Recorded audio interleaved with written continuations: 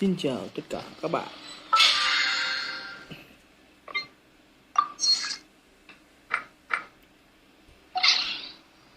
Hôm trước mày đi dẫn gái đi chơi, mày không rủ tao đi.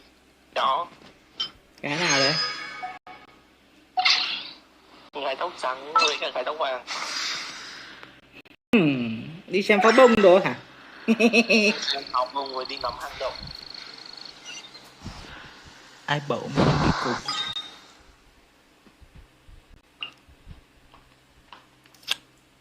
Gái người ta xinh người ngời, ai đi dẫn được mày? Vô chi. Chú choa đến đâu rồi tia?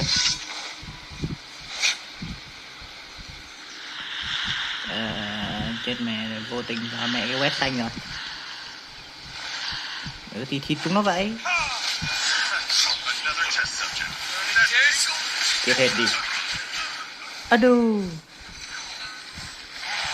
Đám châu mày. By royal decree, I summon thee. No rest for the wicked.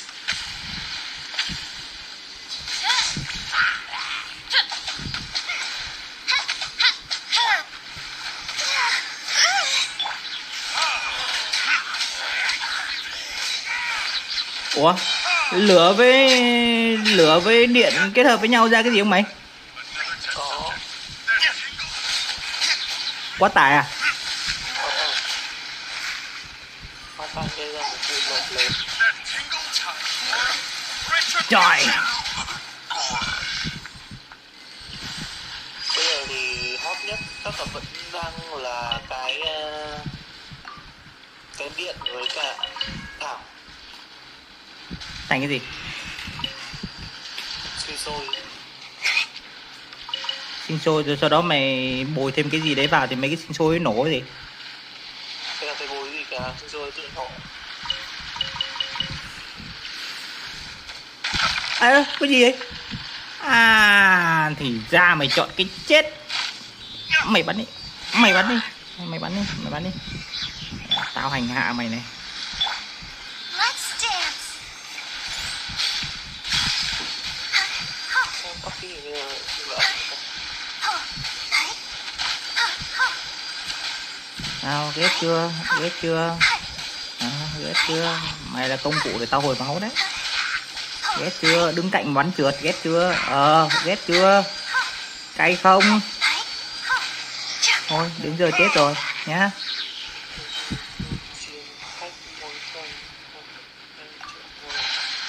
We'll need more where that came from. Ra mày chọn cái chỗ. Tôi không nhìn nhầm. Cái này là có thật, tôi không nhìn nhầm.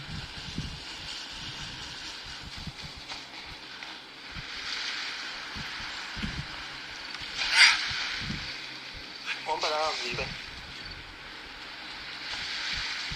Đến tiền tuyến đi kìa, sắp có đánh nhau rồi kìa. Không sao đâu. Ui, bạn không đâm được tớ đâu. Nó tính trèo lên nó thông đít tôi bạn ạ. Gì đây? Các bạn làm gì đấy? Không đánh bạn ý. Ui. Sắp có đánh nhau to. Các bạn không được đánh bạn ý. Không được đánh bạn ý. Chụp tay chà. Đây là một câu chuyện buồn. Nó chim lên, đánh nó đi. Bằng đâu? Đây là một câu chuyện buồn nên tôi phải cười thôi.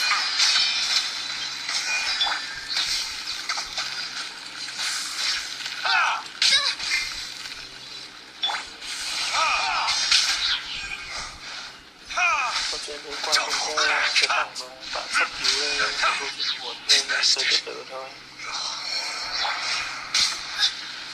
Bạn kia từ từ thôi. Được.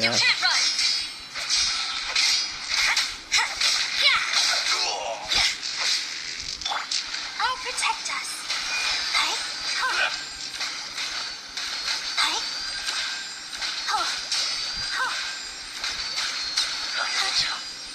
Train harder. Hôm qua cũng có đoạn cảm động còn gì nữa, bắn pháo bông thế là thằng ở đi trên thuyền nó cũng khóc còn gì nữa. Thank you so much for your help. I was sent to the front line just recently. I was looking forward to doing my part. Hôm nay tôi sẽ cho các bạn Instead, xem it toàn bộ seems I chữ felt luôn, the first không hurdle. tour nữa. So, you aren't dressed like resistance fighters. Have you come here looking to sign up? Great. Just the other day, I heard General Goro complaining about how desperate we are for more people. Your support will make a big difference. I'll escort you back to our camp. Oh, but first, let me bring you up to speed on our current situation. As you can see, the Resistance are at a constant disadvantage when it comes to open confrontation. The goal of the Shogun's army is to uphold eternity. To this end, they have the support of the Tenryou Commission's general, Kujo Sara, who commands an exceptionally strong force. As for us, vision bearers are few and far between as it is. And because of the Vision Hut decree, they're rarer than ever. The fact we're even able to hold out is thanks to the brilliant strategic mind of Her Excellency, Sango no Miya. We're also indebted to the great courage shown by General Goro and the Resistance troops. If only I had a vision myself. Not only would I be better placed to share Her Excellency and General Goro's burden, but I'd be able to hold my own on the battlefield too. I couldn't help but notice that you used elemental energy when saving me just now. You must have a vision yourself? He's a special case. He doesn't have a vision, but he can control the elements anyway. Are you serious? Yes. That's incredible. I guess that means you're immune to the Vision Hunt decree. You have to let me introduce you to General Goro. He'll welcome you with open arms. Perhaps I can also make a worthy contribution this way. Of course, I'd much rather prove my worth by the sword. If only taking down anyway, we shouldn't delay. Let's head up. Okay.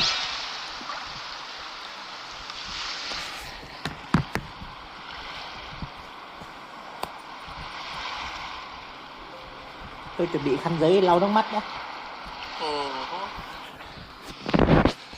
Và mấy cái cục ở sao mà bà I wonder Bạn bảo là câu chuyện buồn nên tôi phải as tall as my big sister. cứ làm cái story quét lên đi. khi hôm nay còn chưa làm hết story này chứ. Story đấy làm nhanh mà.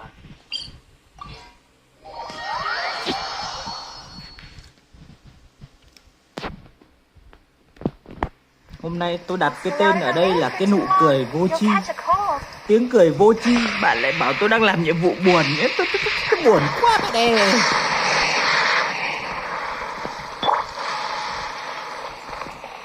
Into darkness.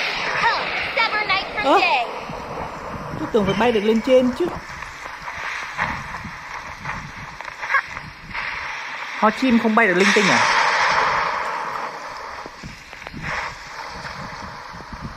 Rồi mà. Nhưng mà này sẽ giới thiệu về những cái chuyện nó hay I summon ở thee. các quốc gia. No rest for the wicked. This is what happened, General Goro. I was surrounded by shogunate samurai, and they came to my... They can use the elements without a vision. The Resistance could really... Thằng nào đây?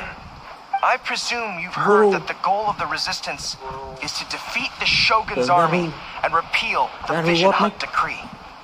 This is no easy task. Each who sets foot on the battlefield must be ready to sacrifice their life. Sao con chim nó chấm mông mặt mình này? Why do you wish to join us?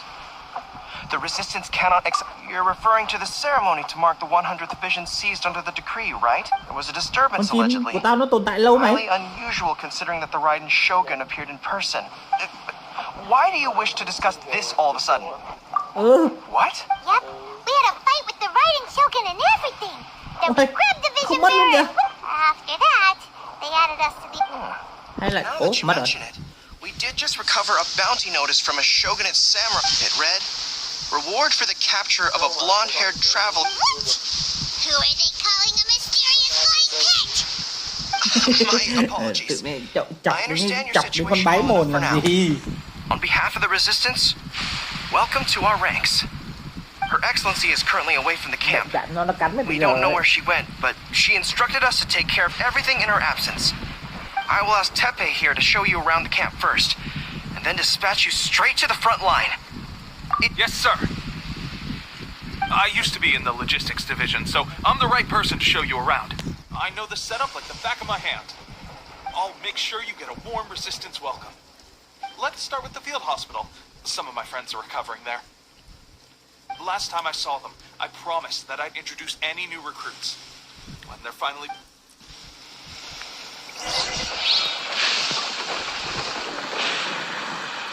Không biết bắn vào cái trống nó có kêu gì không?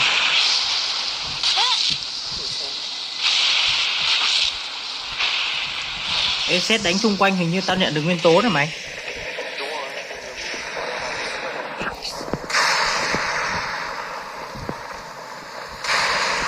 Xét đánh đâu ghê mày. Ở khu vực này tôi làm xong hotline.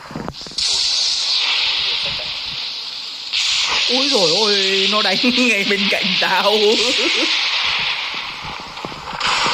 What the hell.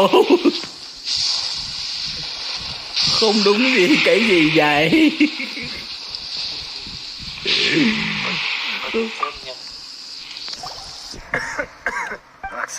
Nó mới đánh tao xong. Đang đứng làm cái đùng một cái. Không báo trước luôn. Look at you. When did you grow nerves of steel? His guy stole the show, though.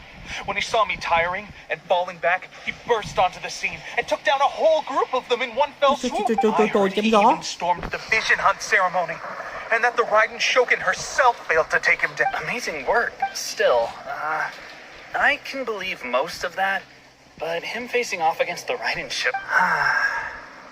Either way, to tell the truth, with all the losses we've sustained recently, I was starting to lose hope in our ability. But seeing fresh recruits join our ranks and hearing Teppei's exploits, that's a lose. Chiến tranh này hoàn tu si thôi. Well, you're lying there, itching to get... It did? Không nên chiến tranh kiểu này. I heard about a remedy recently that uses wild bugs. All you need to do is grind Onikabuto. They say it feels cool on the skin and acts fast to completely cure. Sure. Now take... Sounds a little strange to me. I would have thought wolf hooks would do the trick. Well, how about we let our new recruit decide? Dương I'll nào? stay here, and if you're a fan of weird and wonderful remedies, please gather some Onika Butt. If you're more of a wolf hook advocate, bring some of those instead. Personally, I recommend we try the... Một câu. Thanks for your help. Have you... Ủa, tao có luôn nè. À không, hình như tao chưa có.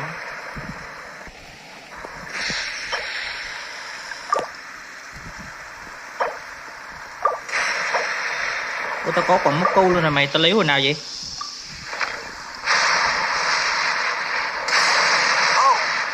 Sẽ đánh ghê mày. I guess this... I may need your help in a moment, and This really hurts when you first put it on. It's a standard remedy, but a dependable one. You may have skimped a little here. Mày học tiếng Anh cho cố vào rồi bây giờ mày quên cả tiếng Việt nhá. I just want to be... I don't think it works like that. Piling on... Thanks again, Teppei. Speaking of training, that reminds me. It'll be a good chance for them to meet a few more of our platoon and settle in. you got it. All right, Nói chuyện gì let's sấm move sét out. cái này các bạn không sợ sao? Chứ tôi muốn vào nhà.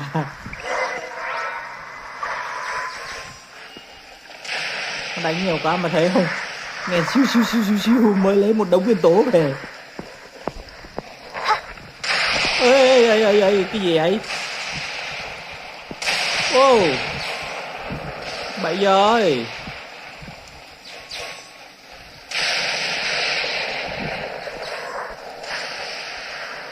Tại sao nơi ta làm nhiệm vụ nó lại sóng gió như thế này?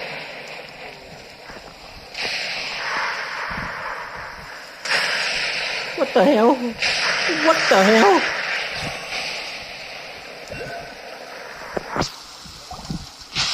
Oh, another miss. This sucks. Let's see now. I've loosed exactly 10 arrows and only Kém one... gì? Bullseye? Only one hit the target. This isn't good enough. It's evident from these past few days the practice alone isn't enough to improve our marksmanship. How hard could it be? Just draw the bow, aim, and shoot. Clearly, I underestimated the skill involved. With progress like this, who knows when we'll be fit for battle? I suppose all we can do for now is wait for the drill master's next visit and ask him for more tips. Seems things have gotten tough on the front line recently. All the best drill masters have already been dispatched to fight. I guess we'll just have to keep practicing ourselves. At this rate, who knows if we'll ever become resistance fighters. Come on, guys, less complaining, more training. Teppei-senpai? Listen up for a second. I've come to introduce our newest in battle. He single-handedly slayed multiple shogunate samurai without so much as breaking us, and that was after interrupting the vision hunt ceremony with a feat of stunning bravery. Not to mention... Is Mẹ that lúc nào ông lấy cái true? chuyện đấy ra khoe. Take too much of your time. A quick demonstration would be all we need. Our previous... It would mean a lot. Người thường khó mà làm được. Oh, you got it. We won't let you down.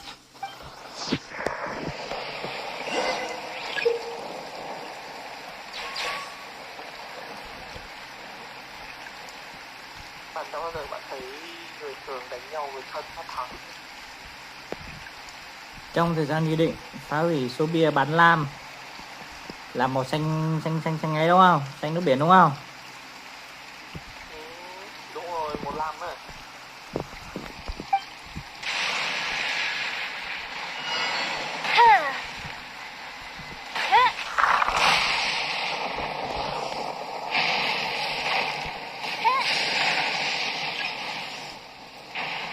Đâu? À đây.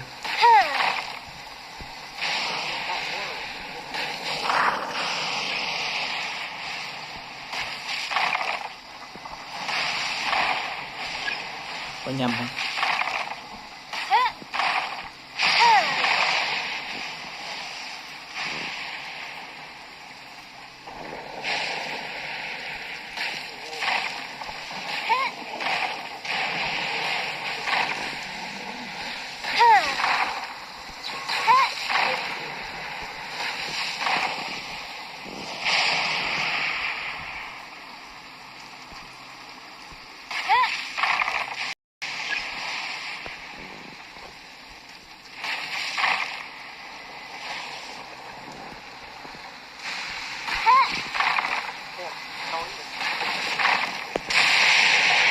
Well, there you have it. I told you. Incredible. I think my posture was off, and I didn't draw back with enough force. Seems I also need to focus on keeping my... Those few, huh? Watching your demonstration was a great help. I learned a lot.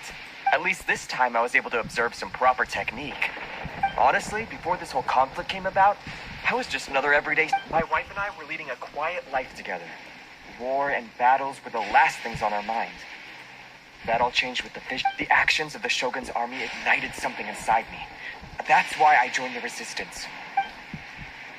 Can those of us without visions or combat skills really become adept fighters like them? There's no use in speculating. Thank you both for your help. We'll stay focused. With us holding the front line, you can continue sharpening your skills. Now then, where should we head next? Sir, we've got trouble. The Shogun's army is attacking. There are still many wounded in the camp. We mustn't let the enemy break through. We'll need you... What? Impossible. How could they have reached us all the way out here? We'd better go assess the situation. A chance for us... Lúc chúng ta lập công thì mình thế mình chết không thì...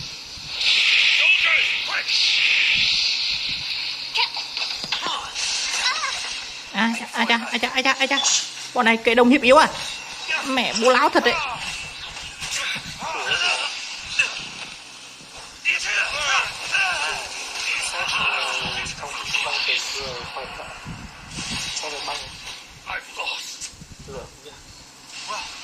We managed to hold them off. But we have sentries and patrols posted all around the perimeter here. The enemy... Unless they must have an informant, feeding them intelligence and helping them to approach... Our priority is finding the agent and protecting... Sir, if I may, I just returned from inspecting the perimeter. It appears that several portions of our defensive walls were all... The Shogun's army must have known about this vulnerability and made their way... I suggest we repair the walls and double the guard. That should keep... In that case... Understood. Why don't we make this more interesting, recruit? A contest between the two of us. Just don't underestimate me.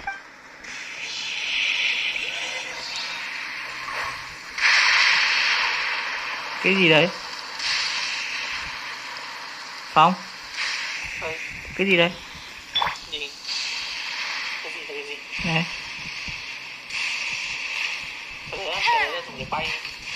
Thằng người bay lúc mà có cái hạt nhân lôi lên cái ngoài. Hạt ngoài.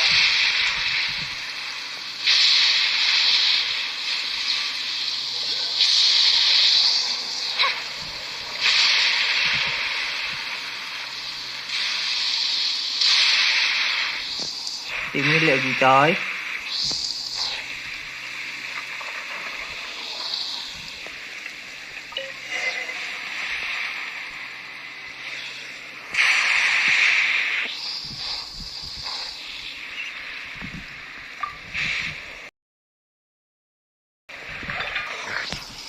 All right, that should do it. The Shogun's army will have a hard time getting past this, Ôi no trời. matter how determined they are. Mẹ, hồi đấy mình nhảy cái Seems một. I've made another valuable contribution to the resistance. I thought getting transferred to the front line would be a chance to Why are you so insistent about being on the front line? It's just like General Goro said. We joined the resistance because of our warriors' will. There are a multitude of ways to contribute to the resistance, but who wouldn't want to take out a few shogunate samurai given the chance? Anyway, we got more than we bargained for inspecting the camp. Let's hope if all goes well, we might just be assigned a few missions closer to the...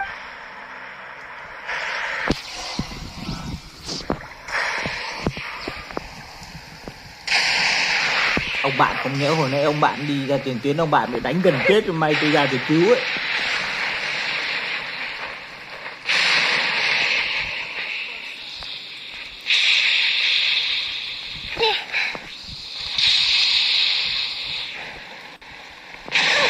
Cái gì vậy? Coordination. Oh, goodness gracious. Mày có thấy chuyện vừa xảy ra không? Must seize the opportunity. Tao đang đi đến điểm tao cần thì xe tao đánh giữa mồm tao luôn. Strange? I don't... The Shogun's army is attempting an advance on the main front. Reports have it that Kujo Thiên địa Sara đang is không now muốn tao làm cái personally này. leading the enemy forces. As for us, it's been days since Her Excellency last made an appearance here. We've executed almost all the directives she gave us, but have received no further instruction. The situation is becoming grim. If we retreat any further, I fear morale may falter. For now, we can only pray that General Goro will be able to turn the tide. However difficult that may seem. We should go to the front line. Our forces need all the help they can get. We're no use to them here. We mustn't let Tatarasuna fall to the enemy.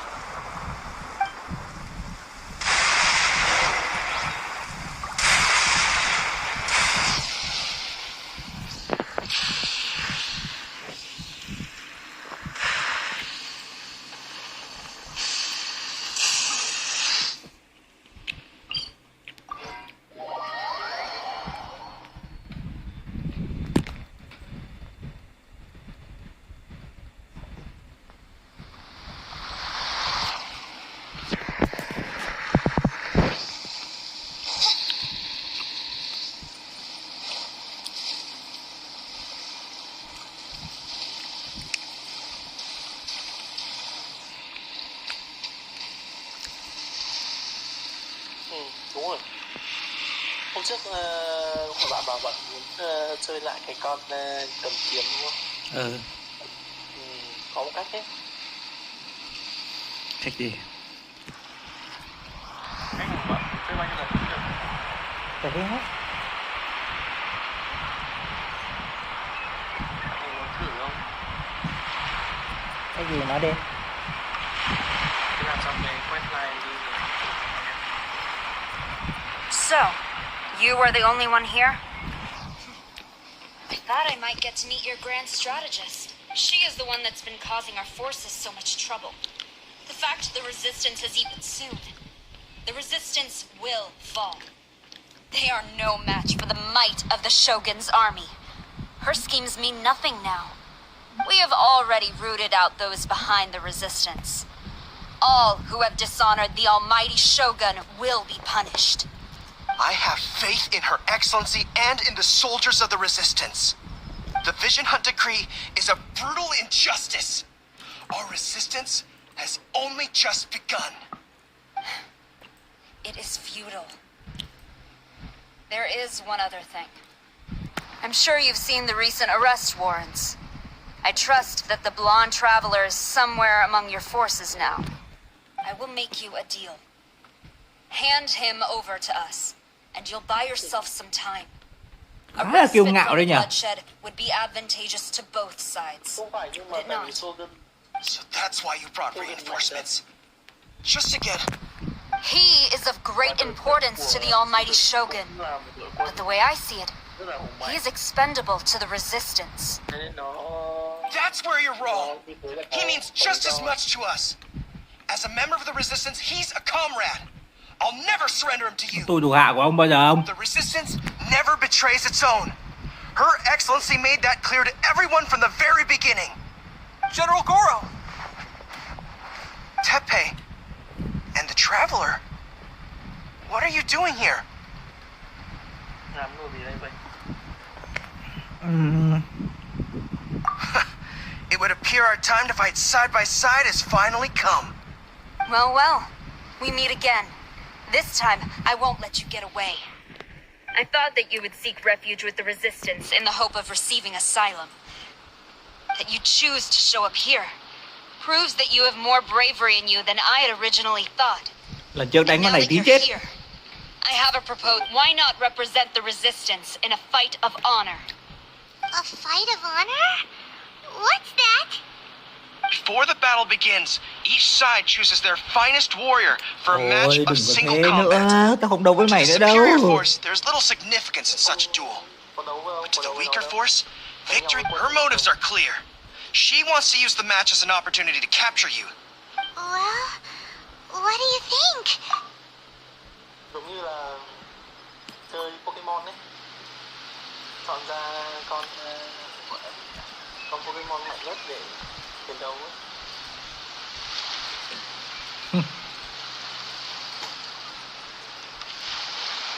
Thế thì mày lấy chúng tao thì đúng con Pokemon mạnh nhất rồi. Tao thuộc dạng Pikachu level God. Remove all threats to eternity by order of the almighty Shogun. Be wary. Pikachu You're up level against 2 a powerful opponent. Nào, mày làm gì tao? Mày làm gì tao? Mày làm gì tao? Này, tặng mày. Nhớ tao bắn hai bên này. Làm gì tao? Làm gì tao? Chọt cọt cái con khỉ hết chứ chọt.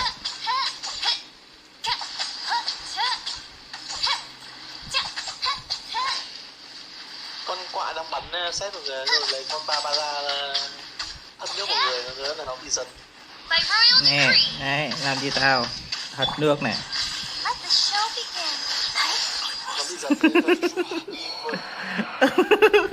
Khổ vậy. Đánh chúng mình ạ. Ây da, thêm thằng nữa à?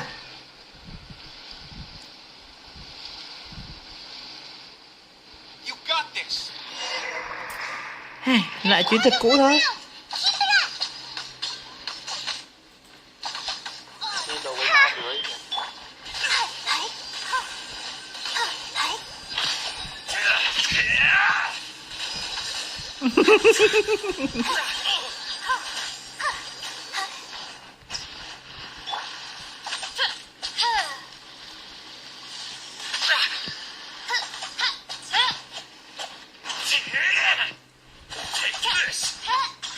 By royal decree.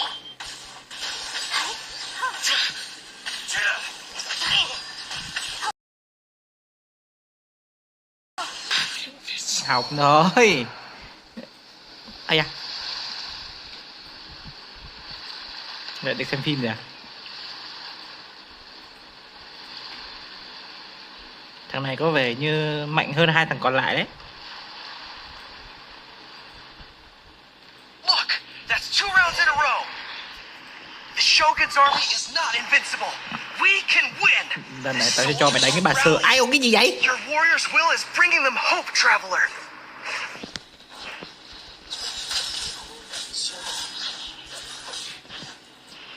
Watch your step. You can't run! Show me what you've got. Let's dance. Huh. Huh. Hey. Huh. Judgment! Tự nhiên đi mà. Hey. Go, Barbara, go.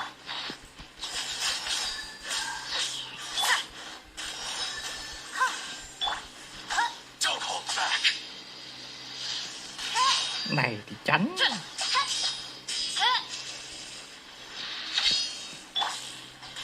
I'll protect Show me what you've got.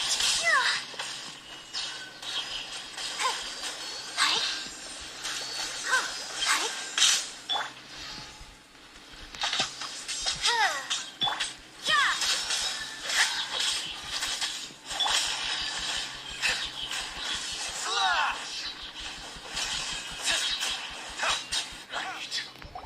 Cứ phải tao gọi đại ca tao ra. Stronger than I anticipated. Soldiers, glory to the Chứ Shogun bệnh mày. and her everlasting reign! Prepare to engage. All of you, with me. Vừa chơi số kèo xong chứ bệnh mày. Ô.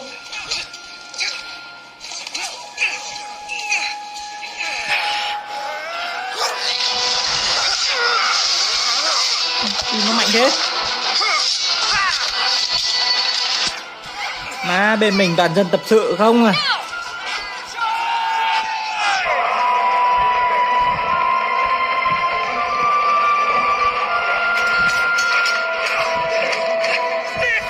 Hold the line.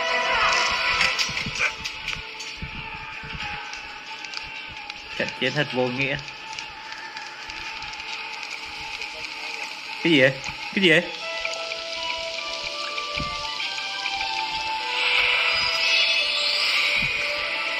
Ai da?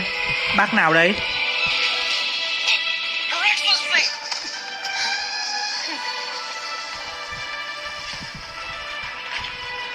The wait is over, my comrades.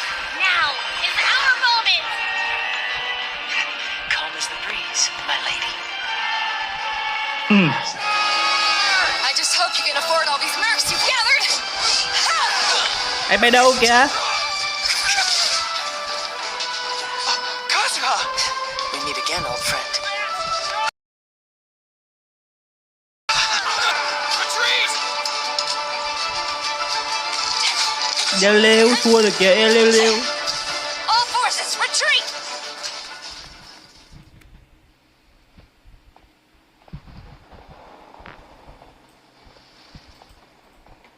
Ý, cái đuôi cá kìa. Greetings. Well, this is the first time we've met. Anh thì không biết là trong I trận chiến am có ai chết. Sangonomiya Kokomi, organizer of the resistance and also the À, divine priestess of bà này sản xuất mì à? Perhaps it's the first time you're hearing that title. To put it simply, Kokomi. I'm the person currently in charge. I've actually heard all about you from Beidou and Kazuha. I hadn't expected to find you join the resistance, though. Do you have a plan beyond this point? In that case, shall we continue? Although the Shogun's army has retreated for now, the Vision Hunt Decree has not been repealed, and neither the Tenryo Commission nor the Raiden Shogun show any... I suggest we move to the shrine to discuss our counterplan. I know Watatsumi Island very well. I can... Our forces are weaker than the Shogun's army, and my absence can only have made the recent days all the more trying for you. I'm afraid I must still ask you to stay a while longer, to keep eyes on the Shogun's army and also to see to the wounded. Well received, Your Excellency. I must return to Sangonomiya now. I have a few things to attend to. Thank you for all your efforts so far. Fight for the future of Inazuma.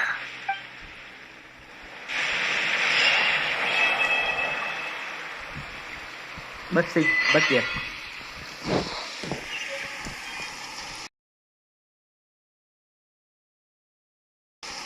Cái lôi I don't need an umbrella. lôi lôi cái ước lôi tử điện là cái gì mấy?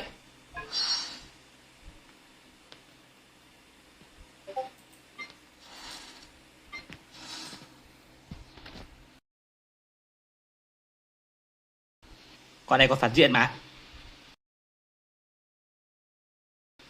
Không à?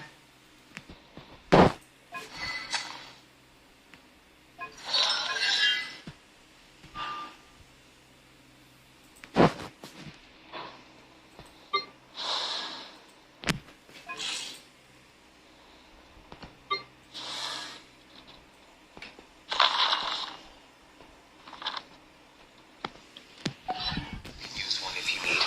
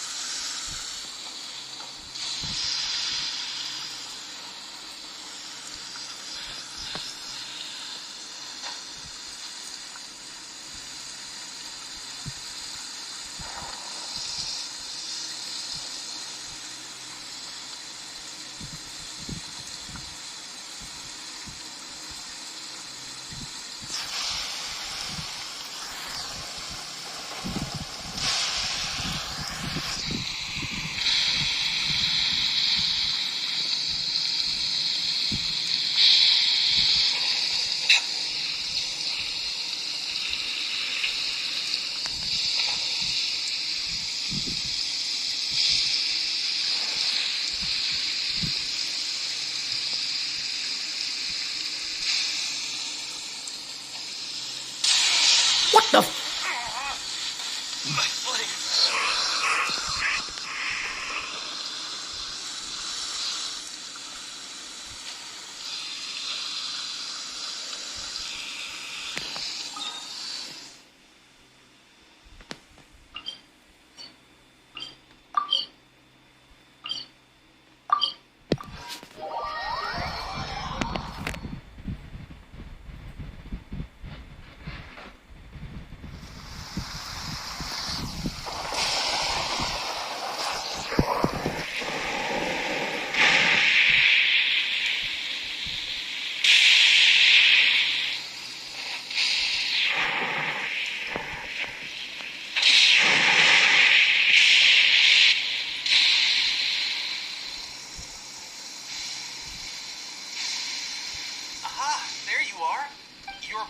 Sangonomiya is fast approaching.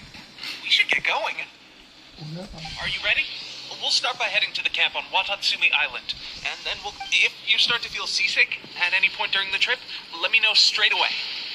That said, you've spent time with the Crux fleet in the past, so Ready? And away we go.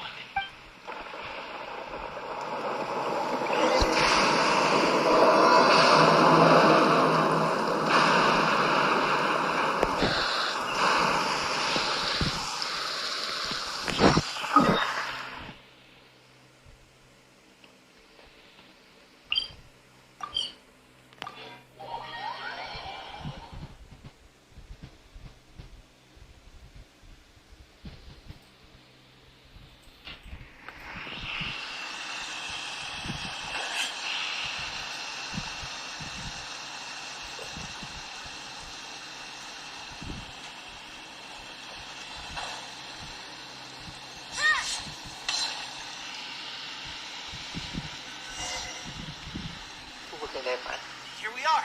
The training grounds for right now, the resistance. Some of them are fighting with the Shogun's army in Tatarasu. Did you used to train here too? Yep. Unfortunately, I had to join the fight in Tatarasuna before I'd had the chance to impress the instructors. I'll be staying here for now. If you need me for anything, just come here. If I'm not around, just write a note and stick it on the wall. As soon as I see it, I'll come find you. Shoot!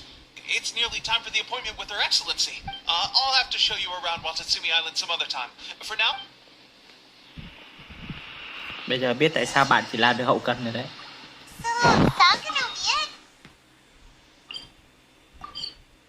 Sao tôi làm đội trưởng?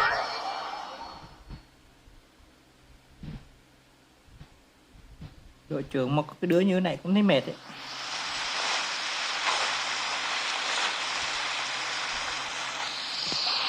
Food supplies are the absolute top priority, with the conflict between us and the Shogun's army getting more intense by the... Understood.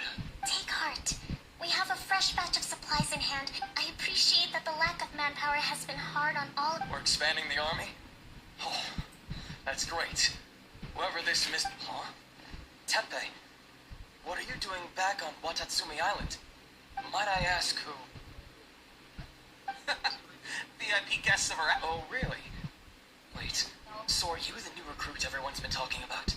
Strength of 20 men, splits an arrow in twain from 100 What? paces. Skin as hard as diamond. That's you?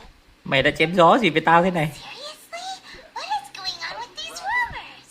Thằng kia mày cúi xuống mày nhìn mặt tao. I'm sure you must be here on pressing business, so I won't disturb you, Your Excellency. I'll take my leave. Your Excellency, I couldn't help but overhear Okubo mention... Not long ago, someone wrote to me saying that they wish to support the Watatsumi Island. Thanks to them, we can finally start recruiting troops on the scale we need. I am not without my doubts. But Watatsumi Island is hardly affluent, and the sender's conditions were also reasonable. They simply ask us to dedicate ourselves fully to fighting against whatever other motives they may have. We are at least aligned on this.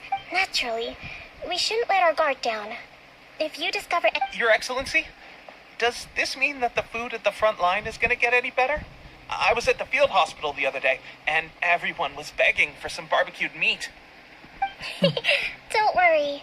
I've already made arrangements for that. Everyone will have their fill of... That's fantastic. I understand how hard it's been on everyone. The Resistance Army's rations have barely changed at all since the Vision Hunt decree was first announced. I will discuss this with the Logistics Division to see what further... However, our supplies are still limited. When will the Vision Hunt decree finally end? That's the question. And I'm afraid I don't have... The mere existence of the Vision Hunt decree is baffling. The Tenryou Commission's attitude... The Tenryou Commission's zealous support for the decree seemed to come out of nowhere, and the Shogun seems completely indifferent. I suspect the Vision Hunt decree won't end until these mysteries are solved. All I can say for certain, Traveler, to confirm, knowing the current situation, facing what... Good. Then here is your assignment. I hereby appoint you as captain of the Watatsumi Island Special Operations Unit. Whoa, what? Swordfish 2? Is this the same Swordfish Special Ops? It's hard enough getting into a Special Ops unit at the bottom rung, let alone jumping to captain. Although this appointment này breaks tên tao with mà mày. convention, I firmly believe that with your wisdom, courage, and Great! So when do we take up our post? The members of Swordfish 2 are currently on standby in a valley to the southwest. have already written your appointment letter, which you'll need to show them on arrival. Once that's out of the way, please lead the Special Ops Unit comprises Watatsumi Island's elite soldiers. They can be a little rougher. What about me, Your Excellency? I want to make a contribution to the resistance. Of course. I'll arrange something in brief. All right! One successful operation coming right up. Okay, sure. Well, be careful out there. Well, traveler, let's move. Tự dưng mình lên làm đội trưởng, héo. Thấy không? Nó chuẩn bị lên làm đội trưởng. Chả làm gì cũng lên làm đội trưởng. Lại còn làm đội trưởng mẹ đội quân tinh nhuệ đấy chứ. Để xem cái đám tép tôm nó như nào nào.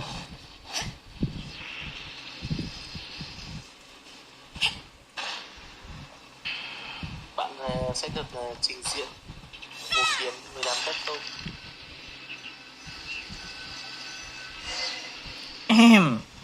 Mấy đứa tép tôm à? Ô đồ, phải đến nói chuyện à?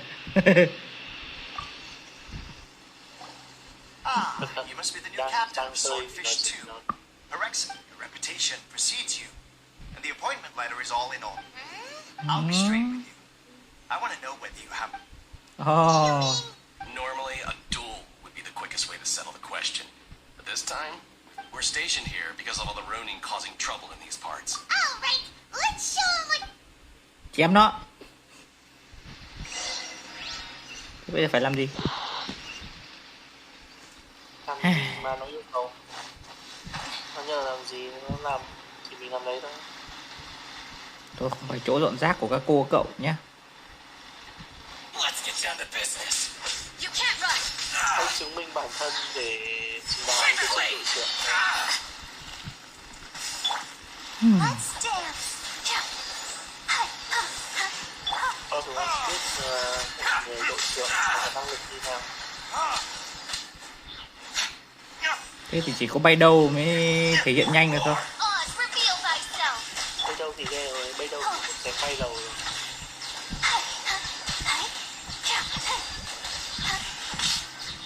Ý, tao bơi mà còn nhanh hơn mày đấy, còn khốn á. Nào.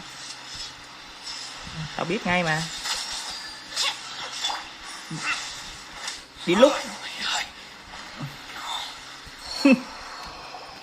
Okay, seems like you can hold your own. The rumors are exaggerations, of course. Allow me to introduce myself. My name, I now formally cede the position of captain. There are two hard-hit areas. This was one of them, but thanks to you, this area is now secure. That said, the ones over there are tougher, and there's more of them. You got that right. Watatsumi Island is busy.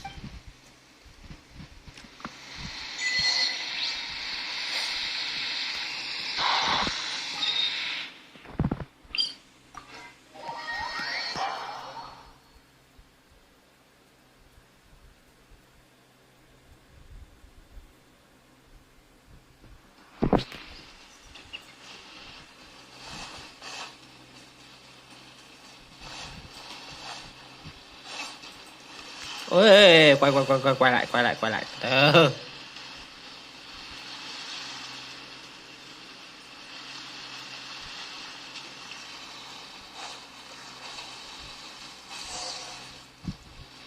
Ê, tao còn dưới nước mày. That's not even all of them. Whichever camp we attack, it's the but captain. That would if we spread our troops too thin. Cho nó mát. All right then. Hôm nay thì không cần phải phát đâu.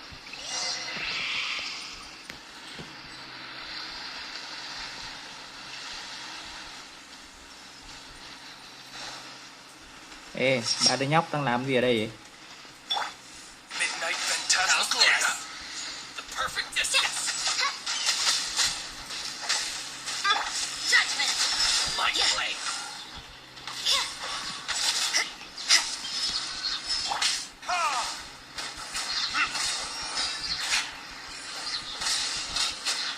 Đúng.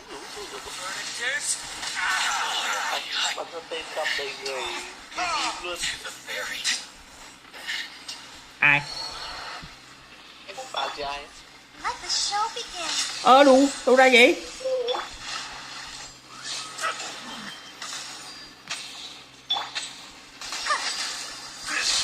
Tao giật chết mày, tao giật chết mày.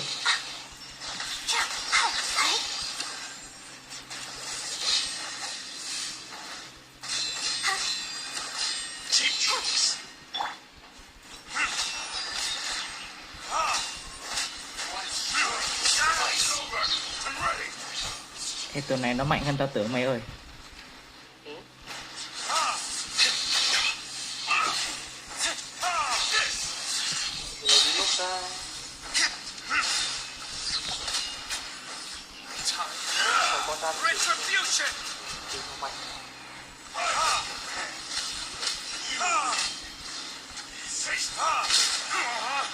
Hai chà chà.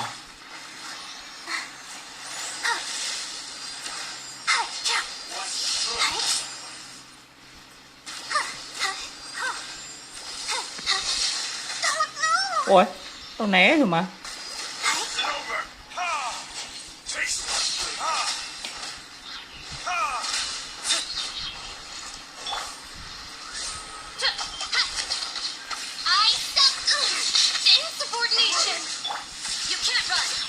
Mình mày biết lướt. Có mình mày biết lướt. That should be the last of them. You didn't get hurt, did you?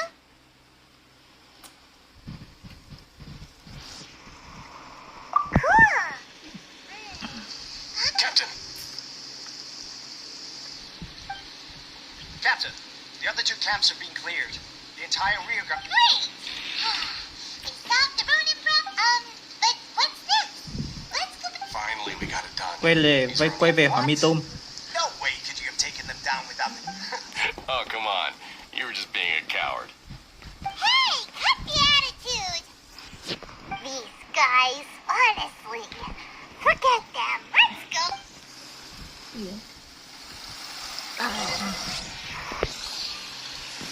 Tệ quá.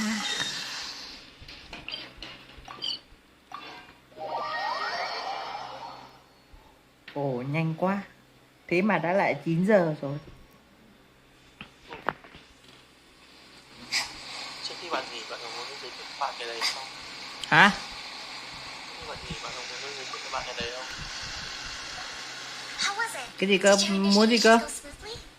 Tôi giới thiệu cho bạn cái đấy không? Yes, but Giới thiệu cho cái gì? since you're back, Cái đấy đấy. good. Cái mà để thử tướng á. I gave him an he expressed now. Bây giờ mà thử tướng thì sau này mà nhận được con đấy thì nó chai hết. The resistance army passed by and reported they found no signs of danger. It's not urgent when Tepe Có rất returns. nhiều con đối với bạn thử để bạn bị nghiện.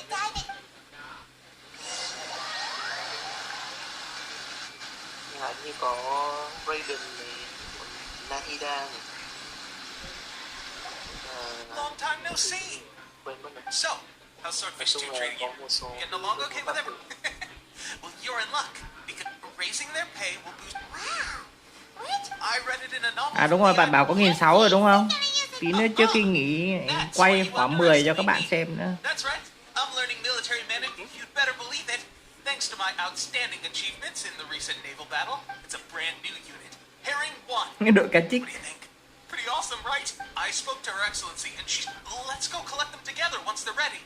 Ah, everything's going great. Well, Paimon get a uniform. Of course. You're a recognized member of the... Captain, a new assignment has come in. Thank you, soldier. I'll be there on the double. All right. You better watch out, partner. At the rate I'm going, Oliver... In your dreams. I wouldn't be so confident if I were you. I'm at the top of my game right now. Mày chết giờ. Thằng đấy nó sắp chết rồi. Tao biết mà. Surprised that Tepe's been made a platoon captain. Thường mấy cái đứa kiêu ngạo kiểu đấy thì tao thấy tình hình không ổn lắm. Thường à? Hả? Nó không chết vì kiêu ngạo. Mà nó chết vì cống hiến.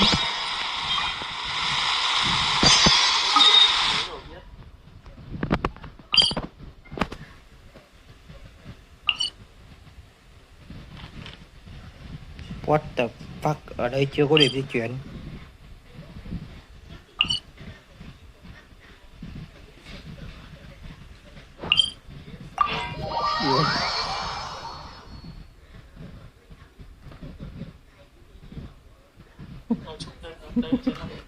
Rất khổ tâm.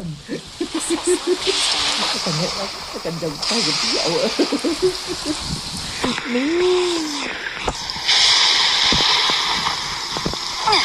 Hả?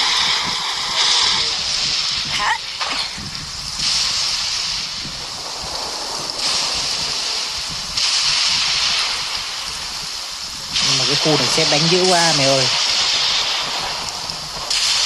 Đấy, tôi vừa đi đến đâu ấy, sếp đỏ đánh đấy.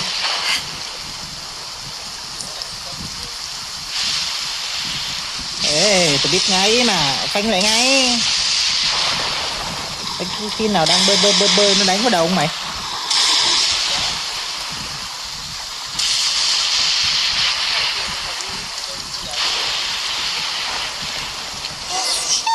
Ê, sếp nè.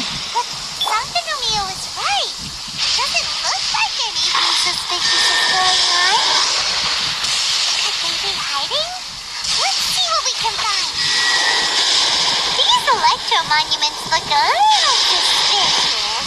Sao?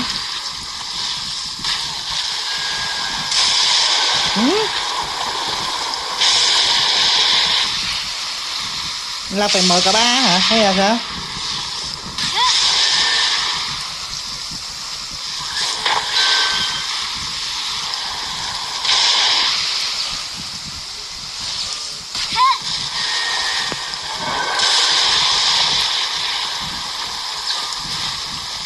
Chưa hiểu lắm. Nhưng thôi để sau đi. Thế từ từ, không lẽ nhiệm vụ của ta là ở đấy?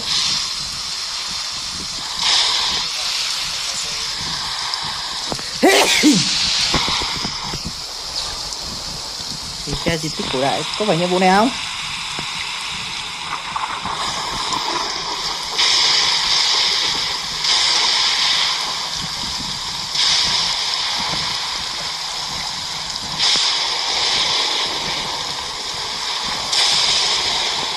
Nói cái gì?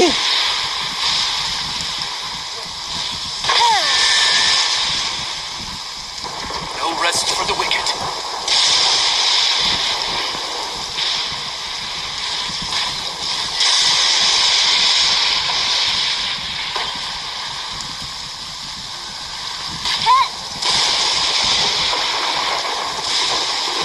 Không phải đây trước à?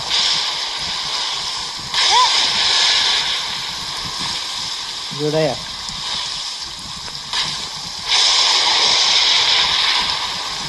Vô đây.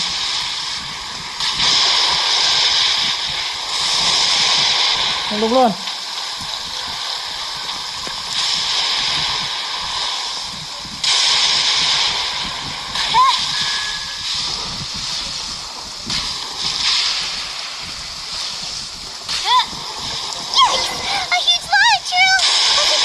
What the? Nó không nhìn với tao, nó không nhìn với tao.